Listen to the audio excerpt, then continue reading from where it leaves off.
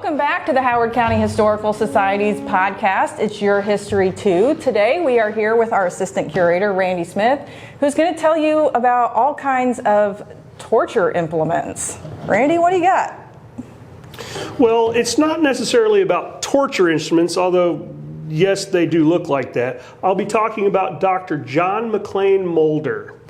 He was an early doctor in Howard County, started doctoring in 1876, but I'm getting ahead of myself. He was the grandson of John Moulder, who was one of the commissioners who was appointed to offer up a county seat for Richardville County in 1844. Where's Richardville County? Well, now it's known as Howard County. Oh. It changed names in 1846. We are the only county to have changed names after being initially named. Happened in January of 1846. But he was the grandson of that man, John Moulder. Now, he went by J. McLean Moulder. His father was also a doctor in Roucheville, and that's where J. McLean Moulder grew up, was near Roucheville. At the age of 20, before he even started doctoring, he was given a position in Kokomo schools in the 4th Ward in 1872. So he taught there for a couple of years. I don't know what subjects he taught. I wasn't able to find anything about that. However, in 1872, he decided to become a doctor. And it was a little different becoming a doctor at that time. He went and started apprenticing, for lack of a better term, with a doctor named Armstrong here in Kokomo. He later attended the Indiana Medical College and the Ohio Medical College in Cincinnati. And he graduated in 1875. And then in 1870, and then he came back and worked with Dr. Armstrong for a while. He branched off and became a doctor on his own in 1876. And to that end, we have this ledger that he started filling out in 1876, covers about 2 years. It's got notes of who he treated, how much he charged. There's not a lot of detail in here except in a couple of places. He does talk about buying some land to build a house. He talks about getting married in here. And then one of the more involved things that he wrote in here, he talks about a woman who had a complicated birth. Takes up almost a whole page of notes. So it is pretty interesting. It's a pretty interesting read. So there was no HIPAA back then? No, gosh, no. Heavens, no. So... And then he was a doctor until at least 1884, a practicing doctor. In 1884, he served 1 year on the Kokomo School Board. He could have still been doctoring at that time. Now, in 1885, and this is his picture, he was elected mayor of Kokomo and served 1 term. And this is his mayor picture of when he was mayor of Kokomo from 1885 to 1889. During his tenure as mayor, gas was discovered in Kokomo. They built a waterworks in Kokomo to have running water for at least the downtown area. And they built an electric plant to provide electricity to Kokomo and some surrounding areas. So for his time, he was pretty progressive, making all these advancements and improvements in Kokomo. In 1889, he returned to medical practice as a general practitioner. Up to this time, he and his wife had no children. However, in late 1889, I believe October, an orphan train came through Kokomo. And he and his wife adopted 2 children from that train, a brother and a sister. A young man named Delbert, who was 7, and his sister Elizabeth, who was 5. This is a picture of Dr. Moulder with his daughter Elizabeth. We do not have a picture of Delbert.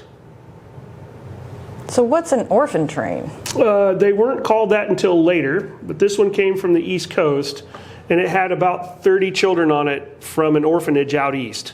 And they stopped, one of their stops was here in Kokomo, and I've read about it, and compared to what you do today to adopt a kid, there weren't very many controls, if any. The kids kind of put on a little show the day before, and then the next day they stood them up in a line, and I don't know how they picked the people and what order they were going to do it in, but they said, I'll adopt that one, I'll adopt them, I'll adopt that one. Oh my gosh. Yeah, but that's how it went. Again, not how it's done today. But again, this is the 1880s, this is 1889. But in any event, she went to a good family. So in 1895, he'd had enough of being a general practitioner, and he decided to go back and get more training in Chicago and became an eyes, ears, nose, and throat specialist. Today, the eyes are separate from that, but back then they were included in the ears, nose, and throat. And to that end, I got some really cool stuff that I should have shown you a little bit earlier. But when he was a general practitioner, we've got his surgical kit here.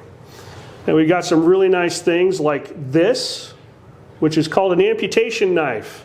And it's exactly what you think it is. This is used to cut big muscle groups, like in your thigh, for instance.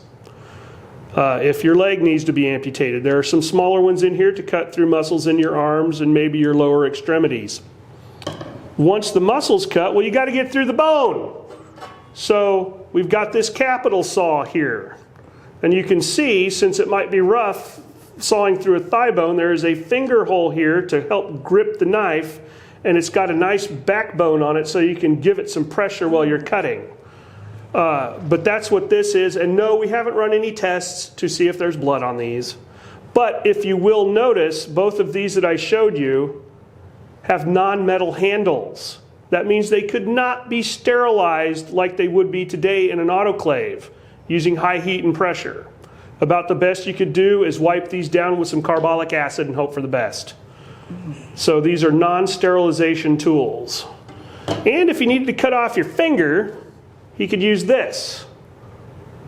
This is, what's the correct name for this, is called an metacarpal saw. I've got my notes over here.